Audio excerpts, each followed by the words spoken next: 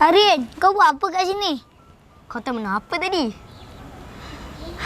Nak main bola tak ke padang? Member kita dah tunggu dah. Tak apa, aku tak ada mood. Oh, macam tu aku gerak dulu tau. Okey, bye. Bye. Sekejap Aryan. Kenapa? Aryan, nak tanya benda.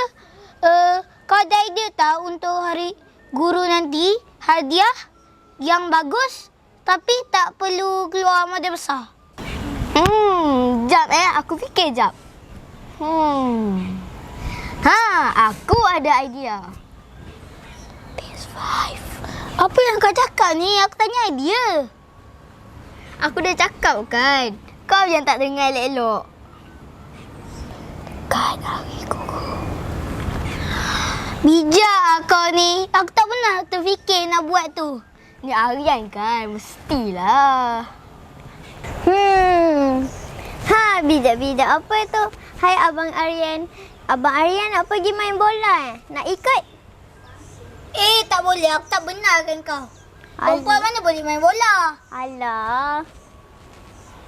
Tapi sekarang ni banyak je perempuan yang main bola. Kau jangan nak mengada-ngada dengan aku. Kalau kau ajak dia main, aku patahkan kepala kau.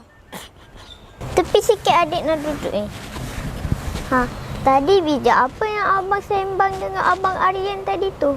Tadi Abang Aryan ada idea bernas untuk hadiah hari guru adik. Oh, idea apa tu? Aryan, terangkan. Cuba Raisa buatkan ucapan selamat hari guru. Kad? Kad kan kena beli guna duit. Tak payah. Guna je lah kertas.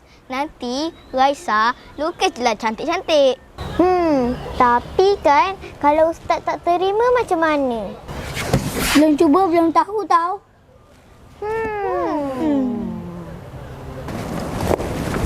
Humaira, dah tak lama kan hari guru? Kenapa? Awak nak bagi hadiah apa nanti kat ustaz?